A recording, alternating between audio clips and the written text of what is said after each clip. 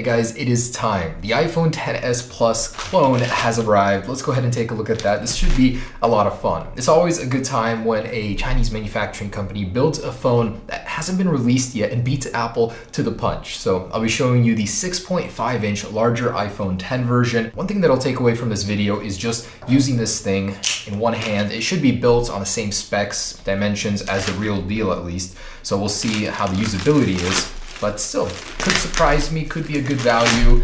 And these are a bit spendy right now just because of how new they are. Surprised I got my hands on it so fast. And there's several different versions, so this may not be the final one. This was, I believe, near $200. So let's see how close they got to the unreleased version. When I got a couple different ones. So nice, looks like the packaging looks good at least. It's huge. So this is Apple's official box here for the 10. And this is for the XS Plus. That is huge, look at that. Cool, so the packaging looks really good. It doesn't say anything different, no Plus branding or anything like that, but it's just a massive version of what we have right now. Here's a silver one. So I think I'm gonna go for the silver one first. We'll check that out. Let's take a look here on the back. So they copied all the text from the standard iPhone X, didn't even bother to change it. All right, here we go. Screw Apple's event. I gotta do this an entire 2-3 weeks early. But for real, I'm so excited. I mean, we've got basically 2 weeks left and we're gonna be seeing the real deal here. All right, here we go. Not very presentable packaging. Bubble wrap, that's a first for Apple. And ooh, comes with the pin ejector tool. Still no Apple stickers. Everything is larger though. There's this. My, that is massive. KK concept, so just like some of the Galaxy clones that we've seen, but they're definitely upping their package game, looks a little nicer. This is the overseas version, and the real deal is rumored not to come with the headphone adapter anymore, so you'll have to buy that separately, and it will have a new fast charger, different design. So this concept or this fake might eventually be updated with the new one. All right, I got the iPhone X to compare with, and let's go ahead and peel this backing off. It actually looks really, really good, especially the borders. That's definitely real metal, and it has very similar sheen to the real deal. I'm actually a bit amazed at the craftsmanship. The buttons are beveled as well. Very, very good attention to detail. I like that. Okay. And the text is a little off. It's a little squished together. Hard to tell. And as you know, the sheen on the back is not exactly the same. Apple has a special coating they put on it to give it this almost metallic-like look. This is missing it, so it doesn't have that luster. On the front, they provide you with a screen protector, and from what I can see, without even turning it on, is it does have an entirely full notch, so that's cool. For a clone, that is very impressive. On the bottom, it does have a chin area, but it's not bad at all, honestly. And turning it on, there it is. You can see that the display is huge. It does have a little bit of thicker bezels going around the display itself, but I'm surprised at how good it looks. The chin area is better than any other clone I've seen, and Android is starting on my iPhone XS Plus. Nice. This thing feels good, honestly. Like, they did a pretty good job with a clone. Okay, so here it is. Wi-Fi network's available. Looks like the lock screen looks really good. Okay, so we have an older wallpaper on there. Look at that 29. That 29 is squished. It's like rubbing up on each other. Come on, you guys have so much room on this display. What are you doing? And there it is. Why does that take so long? So the control center does work. 3D touch. If you hold on it, it's fake 3D touch. Guess there's that.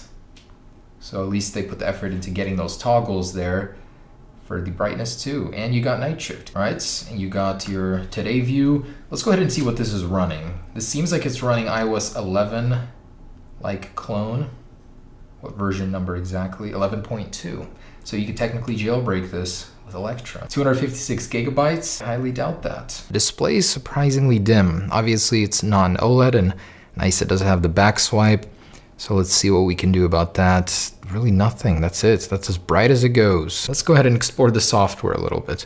It seems smooth on the home screen. Control center takes a minute to come up. Not something I'd expect on iOS 12 from the iPhone XS Plus, but it's becoming more and more natural to actually sit here and just use this thing. It feels pretty dang good. So I was afraid that it'd be kind of hard to navigate, but just like in iPhone 7 Plus, 8 Plus, it's actually very, very similar. You reach a good amount down here. Again, I would have liked for Apple to include the control center on the bottom right here. Oh, nice, here's the app switcher. So it does come included where you can just slide it right away. You don't have to hold on to them. So they thought of that, so that's pretty neat. I think this clone has more wallpapers than Apple does. They keep removing them, these guys don't. So that's very, very nice. Actually, a very nice selection here.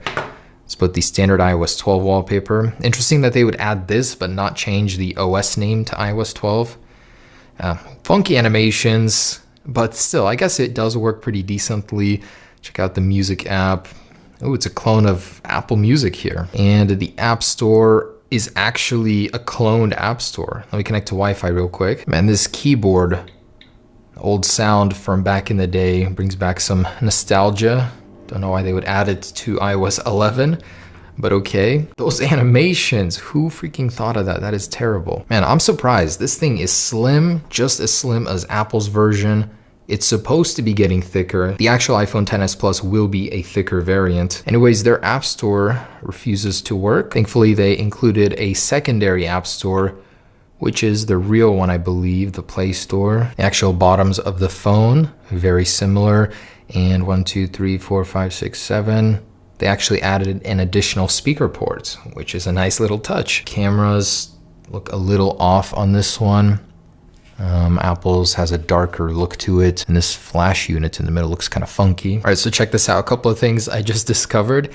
If you slide up to leave an app, you can't actually go into the app switcher with it, or, oh, you can. Oh, look at that. That is the worst animation ever. So you can, it just has to be down here. Okay, so I think I got that part wrong. Also, what I saw, what's actually really cool, I did not expect this to have it, is that this has tap to wake. It's more of a double tap, but it does work. That's so cool. Check this out, this is actually kind of funny. So if I go into landscape and then I go home real quick, it'll glitch and there's a fake notch up top for whatever reason, to just give you that full notch experience, whichever direction you go on your phone. All right, let's go ahead and take a look at those cameras.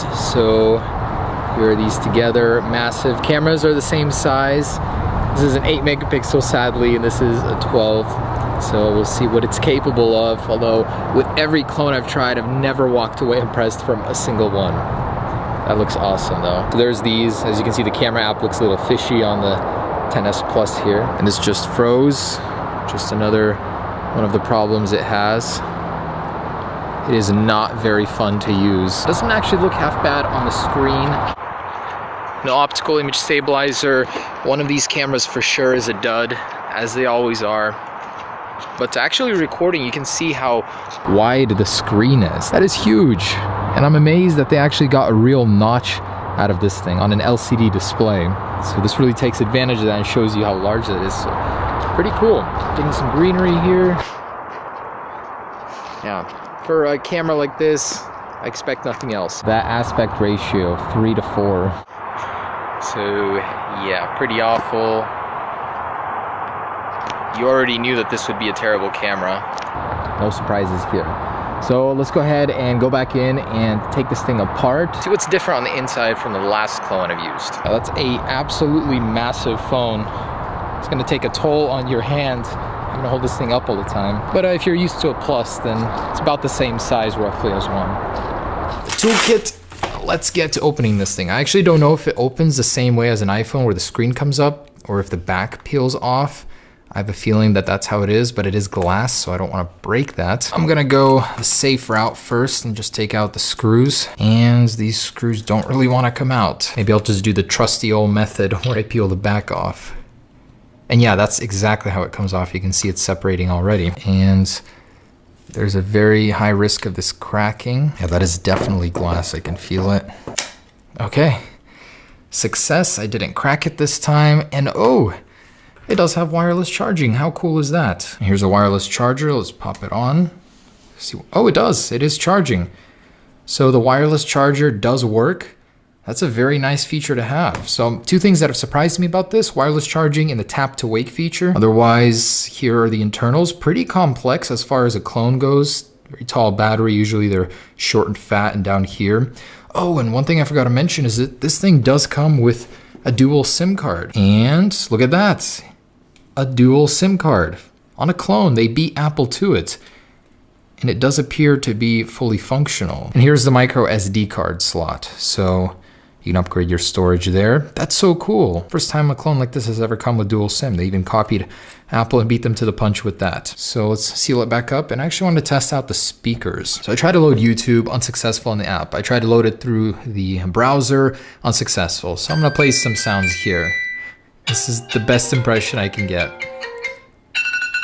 So it's only one speaker and it sounds pretty bad. So can't really expect much. Bottom line though, this is not a bad clone. I'd wait for it to go down in price a little bit, but just to have a little device to play around with before the official one comes out, not bad at all. Display, huge, real notch, tap to wake, real wireless charging, dual SIM functionality. This thing has a lot of surprises up its sleeve and a very good build quality, I'd say. So thanks for watching, guys.